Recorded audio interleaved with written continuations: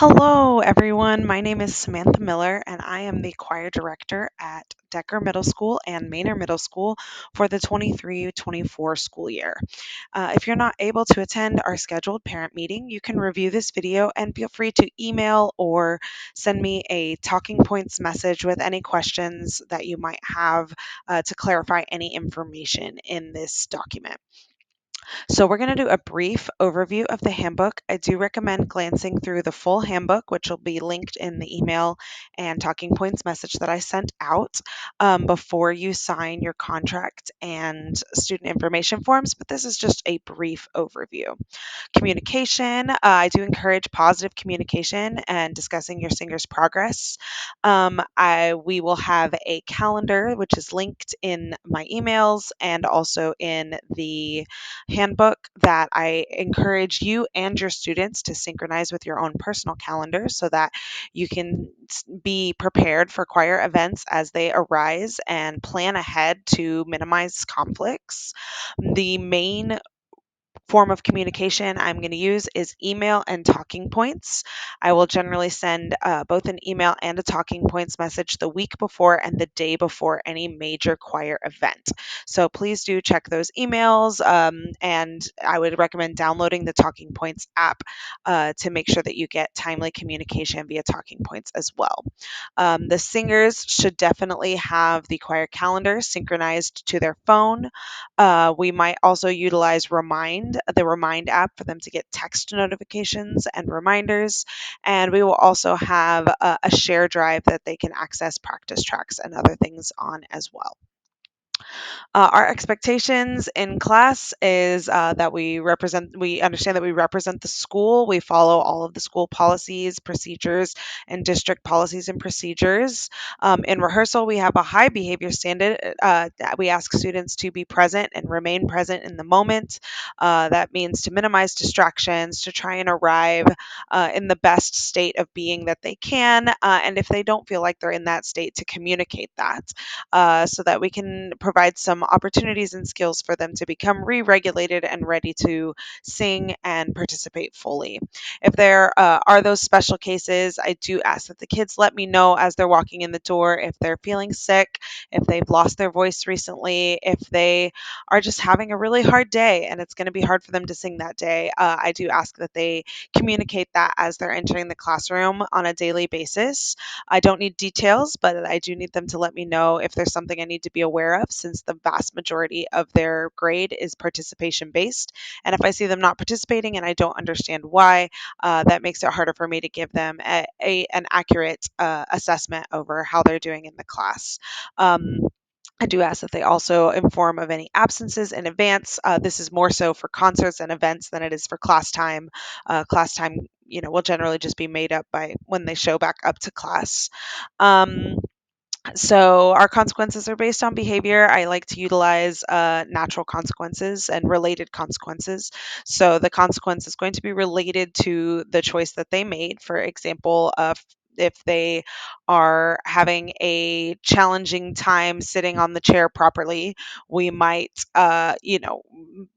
remove the chair or fix the chair to the ground so that it can't be moved, right? Or change their chair so that they have a different kind of chair that is maybe more challenging to move, right? So I strongly believe that when students display self discipline, they don't need any kind of external discipline. And when they don't display self discipline, that at that point, I would just be teaching them what the correct move is to make. I understand that a lot of our singers are new to choir, so I'm prepared to teach them what being a choir student is supposed to look like. We do have guidelines for eligibility for off campus travel as well as for the all region choir auditions. So we do expect that students are academically eligible at all times. That means passing all of their classes with a 70 or higher. Also, in terms of our fun trips, things like the Austin Opera or our end of year Six Flags trip, we expect the students to have a high behavioral standard across the campus. campus. That means they're not getting referrals, detentions, suspensions. They're attending all of their classes, following their teachers' directions, participating actively in choir, and showing excellent behavior. If I can't trust students to behave appropriately on campus, then I can't trust that I can keep them safe off campus. We will have some before and after school rehearsals. These are the links to our calendars. I strongly recommend synchronizing those with your personal calendar. If you're at Decker Middle School, we have some different events, and Manor Middle School has some different events. So, depending on what campus your student is enrolled in, please synchronize the appropriate calendar to your personal calendar. You can do that by clicking on the link and then using the plus button down at the bottom, and it should guide you to synchronize that calendar to your personal calendar, whether you use iPhone or Android. And then, if you would like to schedule time with me, a phone conference, a face to face conference, which will be slightly more challenging since I am a traveling teacher, but I can definitely do a phone conference. You can click on this and see my availability, where you can sign up for a time, and I will call you at that time and we can have a discussion about whatever's on your mind. Great. Dress rehearsals and concerts. This is a big part of what we do as a choir is perform. It is expected that students prioritize our four main concerts. That is our fall, our winter, our pre-UIL, and then our spring pop show. They need to attend to the best of their ability all four of those events. They are major grades. Um, I'm asking that all parents take a look at those dates now. They are all in the calendar, and try and schedule as best you can any doctor's appointments, family travel um, around those dates. I have tried to minimize conflicts with athletics, but if you see one coming up, please let me know because the sooner I know, the more I can do about it. Perhaps I can move the date or adjust the date if I know about it several months in advance. So please, please do review those. Um, these performances are graded. They are major grades in the class. It will be very challenging for your student to pass the class without these rehearsal grades. And I only have makeup assignments in the case of a school related illness with parent communication. If there's a religious activity, which again, please look at the calendar. If you know that there's a religious activity on that date, please let me know because that's something at this point far enough in advance for the winter or the pre-UIL or the spring concert, I could potentially move it. So please take a look and let me know. Lack of a ride is not considered an excused absence. If you know that you work late and you might not be able to pick your student up, let me know and I will help you try and coordinate a carpool with another parent that maybe lives in your neighborhood. So homework, uh, if the student is working, none of those are considered to be excused absences. Those are unexcused absences, which will result in a zero for that performance. Um, Early communication can prevent lots of these issues. In the case of an emergency, we'll handle that on a case by case basis. But in my 11 years of teaching choir, um, the vast majority of uh, absences are unexcused. Most excused absences are on a very rare basis. Illness that happens, emergencies, true emergencies do happen, and I understand that. And I'm not going to penalize a student for a true emergency, but I do strongly encourage that we all look ahead. It's 4 dates, and we already know where they are in the calendar. Let's try and plan together. That would be excellent. We will need some parent volunteers throughout the year. If you would like to sign up, there is a volunteer sign up page here. We will be taking some chaperones to the Austin Opera with us. We will also be utilizing chaperones for our end of year Six Flags trip. We will need you to do a background check for to participate in those activities. Also, at our concerts, it's helpful to have some parent volunteers willing to hand out pizza for the kids before they're supposed to sing, and so forth. I mentioned this briefly earlier, but students must be passing all of their classes with a 70 or higher in order to maintain eligibility. This is on report cards. Progress reports are slightly less important unless you're trying to regain eligibility.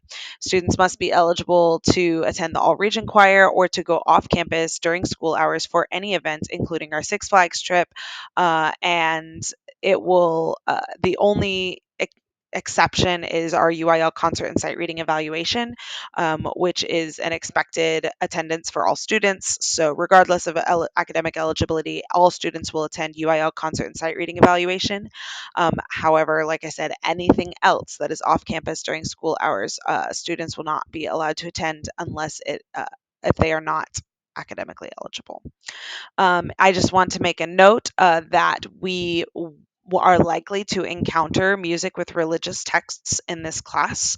I won't read this to you, but basically, the history of choral music comes from a variety of different churches and religious backgrounds. And so, to avoid all religious music is very challenging when teaching a comprehensive choral music history. I will never preach to your students or tell them what to believe or try to change their beliefs.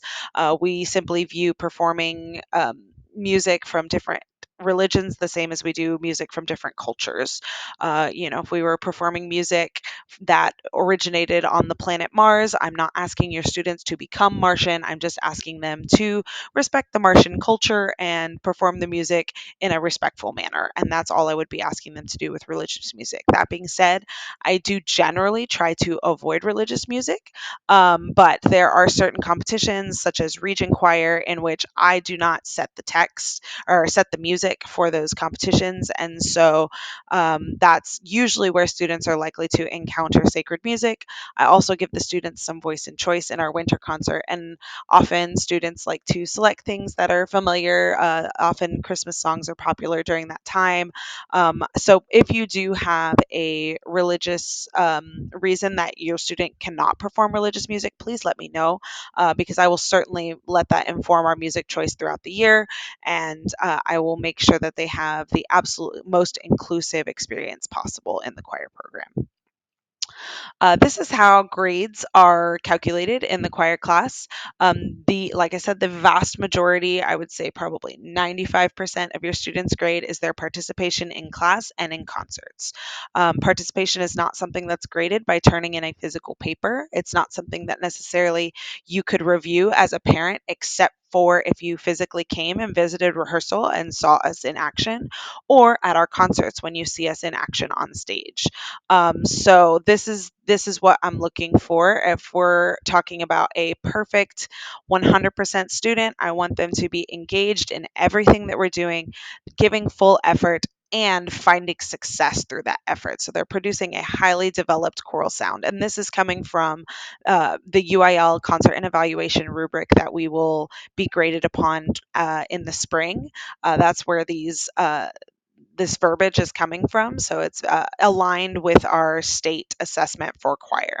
An A student, again, is engaged in all activities and producing an above average sound. So you see the difference here is between above average and highly developed, right? And I'm going to be coaching them through how to accomplish that highly developed sound and telling them how to shape their vowels, how to utilize their breath, how to energize their consonants to create that highly developed choral sound. And it is up to them to listen and to try the things that might feel uncomfortable and different in terms of using their voice and using their breath in these deeper ways than are typically used in speaking or in singing along to the radio. Choral music is a little bit different, but I am confident that if the students follow my directives and, as you see in all of the passing columns, engage in all of our daily activities, we're going to see the majority of our students in these top three columns. Um, and you should see the grades trend up throughout the year as the students learn more and more about how to produce that sound. And yes, that's if you have any concerns about your students' grades, they will be updated weekly in Skyward, so you'll be able to see their overall average and their weekly grade every single week in Skyward. You'll be able to see what that looks like and how they're doing. And if you see them in this DF column, I'm not going to let them sit there without communicating with you. If your singer's not engaging in the daily activities, I'm going to talk with them first. And if that doesn't resolve the issue, then I will absolutely reach out and we'll make a plan for how we can get them on board. And that can involve them needing to make a change, and it could also involve me needing to make a change. And I'm okay with that too. But it we'll do everything we can to make sure that your student is successful and able to pass choir. We will have a couple of uniforms that we will utilize. The first one is a casual uniform. We'll be ordering choir shirts for all of the students. They will use this for their fall concert and for any spirit events that we attend, like the middle school night games. Also, for our spring trip, we will use the choir shirt. If I'm referencing the casual uniform, the choir shirt needs to be worn with blue jeans, whichever ones that they have that are the most blue and have the least tears.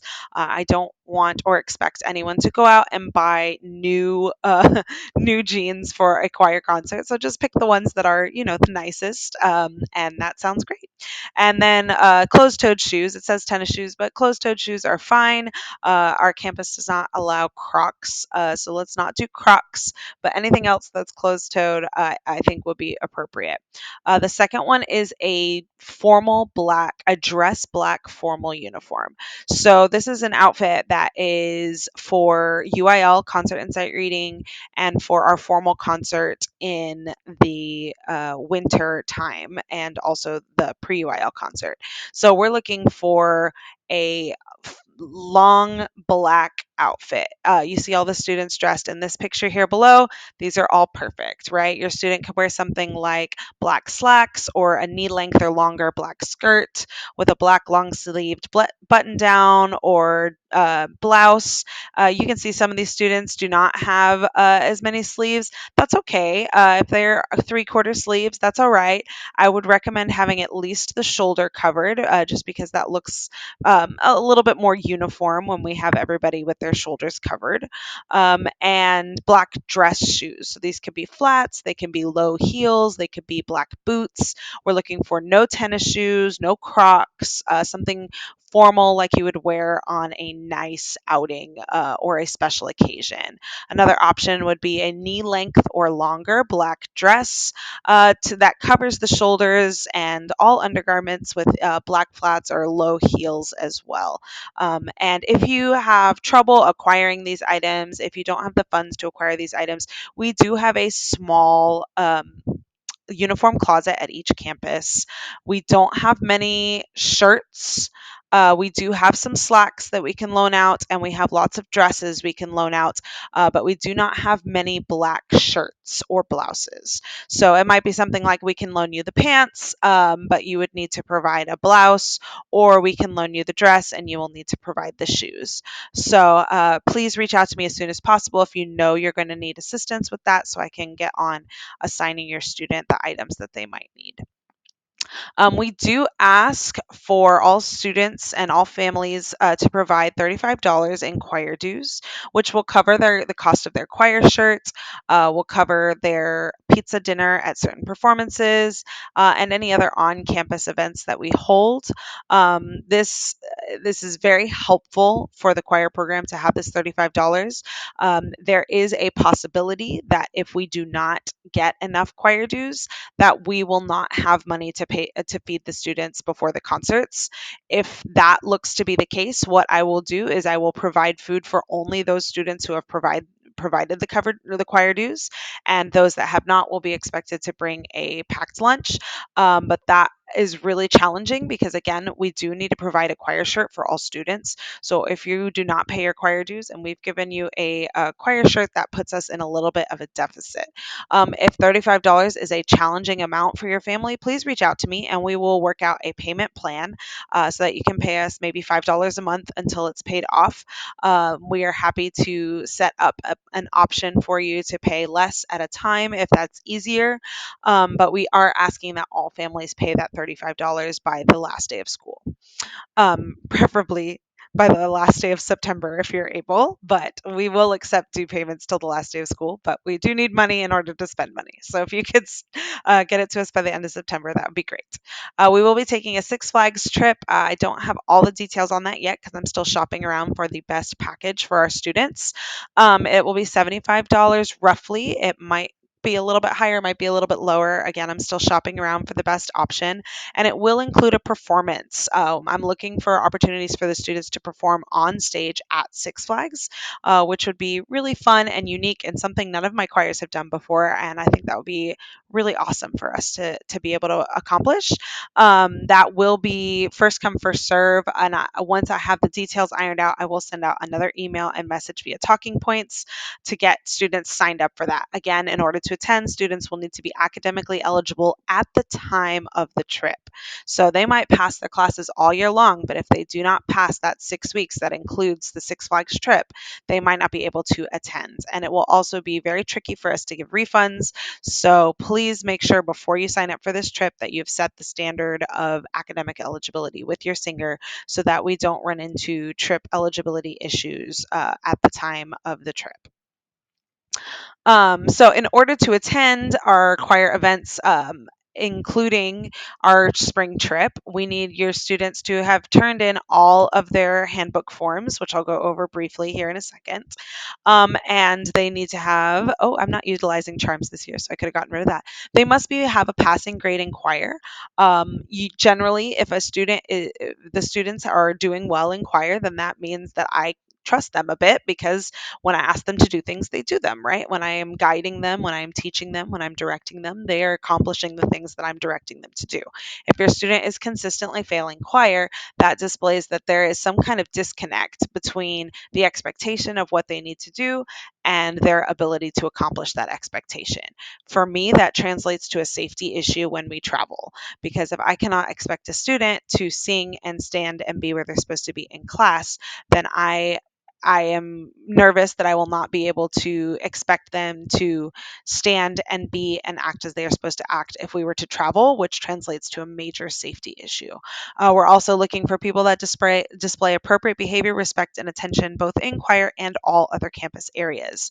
I have told my students frequently in the past, you might be the best student in the world for me, but if I cannot trust you when you are out of my sight, then I also cannot trust that I can keep you safe when we travel. I need to be able to trust you not just when you're with me, but also when you're other places that you know that I can't see you, because that's always going to happen when we go on a trip. There are going to be times that I'm not going to have my eyes on you, and I need to know that you're going to make good choices, not only when I'm right there looking, but also when I'm not there. So here are your next steps at this point. Please do look over the full choir handbook. I gave you a brief overview in this video, but there is more information in there and more details in there as well. Your next step will be to fill out that contract and medical forms, which again are linked in the email that I sent. This is basic student information. It is in English and Spanish. And yes, it's basically just acknowledging all of the information that we had and collecting some health and safety information for when we travel. There will also be a link sent out for y'all to pay choir dues. I'll need you to do that as well. That's not on my next step list, but we do need those as soon as possible. And also subscribe to your respective campus's choir calendar so that you are kept up to date with all choir events and any changes that might occur. If you have any questions, please feel free to email me. I usually respond to emails within 24 hours, 24 business hours. I don't check the email on the weekends, but 24 business hours, you can generally expect a response unless I'm in a very busy time. You can also schedule a conference with me using that link I showed you earlier.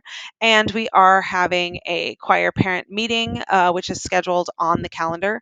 I'm going to go through this slideshow again. So unless you have specific questions or want to meet with me in person, it's not necessary to attend that meeting. So there you go. The choir dues I should have mentioned earlier are only payable online via RevTrack. We do not accept cash or checks or Cash App or Venmo or any of those things.